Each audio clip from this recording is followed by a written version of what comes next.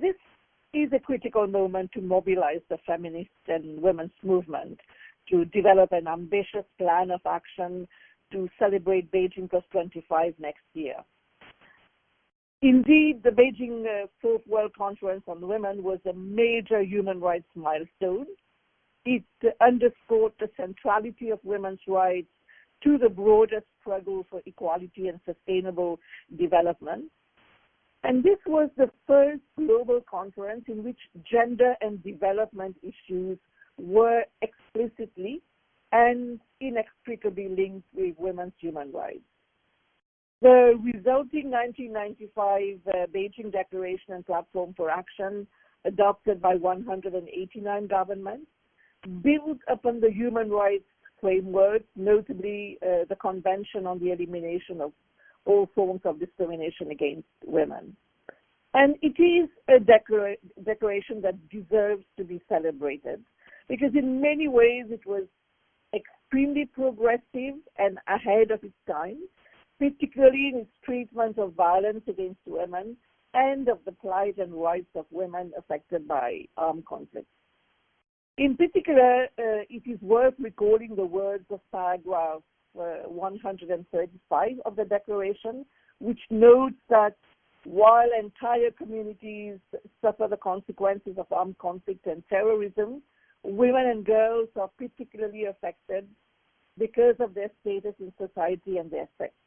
Parties to conflict often rape women with impunity, sometimes using systematic rape as a tactic of war and terrorism.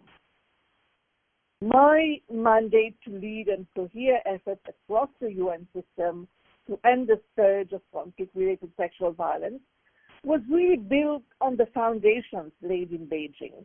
And it was this very language, framed by the women's movement, which provided a precedent for Security Council Resolution 1820 of 2008. This resolution condemns sexual violence as a tactic of war and an impediment to peace building, elevating the issue onto the agenda of the Security Council. Moreover, it was only in 2016, in the wake of well-documented sexual violence committed by ISIL and Boko Haram, that the Security Council officially recognized sexual violence as a tactic of terrorism. So it's important to note that the Beijing platform raised the alarm and helped to catalyze a shift in paradigm and perspective. And today, the notion of sexual violence as a tactic of war and terrorism, rather than a private tragedy, an inevitable byproduct of war, or mere collateral damage, has really traveled from the Beijing World Conference to the United Nations Security Council. Therefore, it is critical to connect the dots between collective peace and security and the iconic rallying of Beijing that women's rights are human rights. Taking sexual violence seriously as a tactic of war and terror has really lent new impetus to the inclusion of women and their perspectives in the restoration of peace. Strategies to protect women from sexual violence are also strategies to protect women's participation in the political, economic, and social sphere. After all, women cannot safely vote or contest elections. They cannot access universities or places of employment while living under the shadow of sexual violence committed in a climate of impunity. We also know that inequality is a root cause and invisible driver of sexual violence, enabling the dehumanization of women and emboldening the perpetrators. A life free from sexual and gender-based violence is not only a right in itself, it is a prerequisite to the realization of all other human rights. Human dignity depends on the right to physical and bodily integrity, and that right is universal. Conversely, sexual harassment and sexual violence, whether in a war zone or a workplace, is an inhibitor of gender equality and part of a system of oppression that often leads to ever greater seclusion and withdrawal of women and girls from public life. My mandate to combat sexual violence in conflict shows that we are still in pursuit of the Beijing platform. Last week, I commemorated the 10-year anniversary of my mandate by holding a survivors hearing and launching a new global fund to deliver reparations and assistance.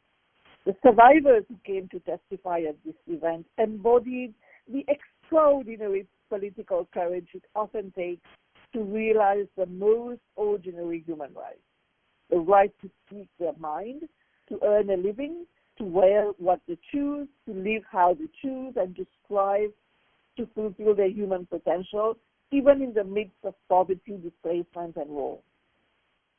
25 years after the adoption of the Beijing Declaration and the Platform for Action, we are compelled to ask, have we delivered equality, peace, and development for women? And as we look back on the promise of the Beijing Declaration, we also look forward to a time when women will have far greater influence over peace, security, and development processes.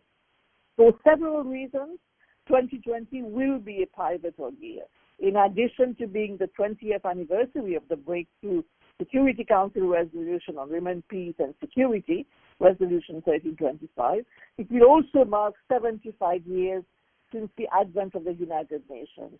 This means that a lifetime has passed since the founding promise of equality between men and women was enshrined in the United Nations Charter of 1945. While it is important to celebrate gains, we must also use these anniversaries to take stock of remaining gaps and challenges. And there is a lot we have learned.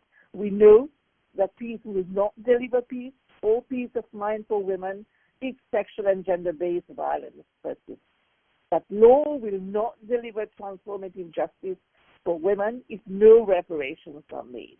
And that development will not be inclusive or sustainable if the barriers to women's full social and economic participation are not dismantled through concerted global efforts.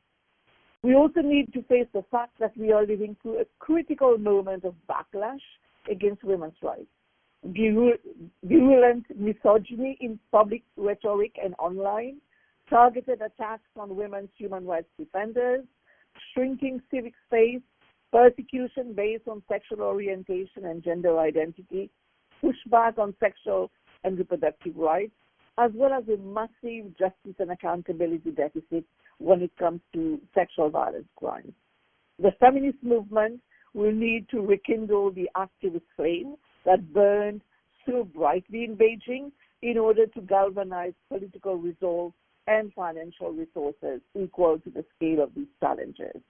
In this effort, we are only as strong as our partnership.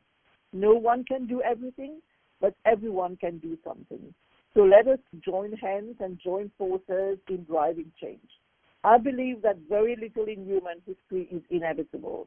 It is often said that history repeats itself, but the truth is that people repeat history, or they make the choice to take a stand and change the world. Thank you for being part of that change.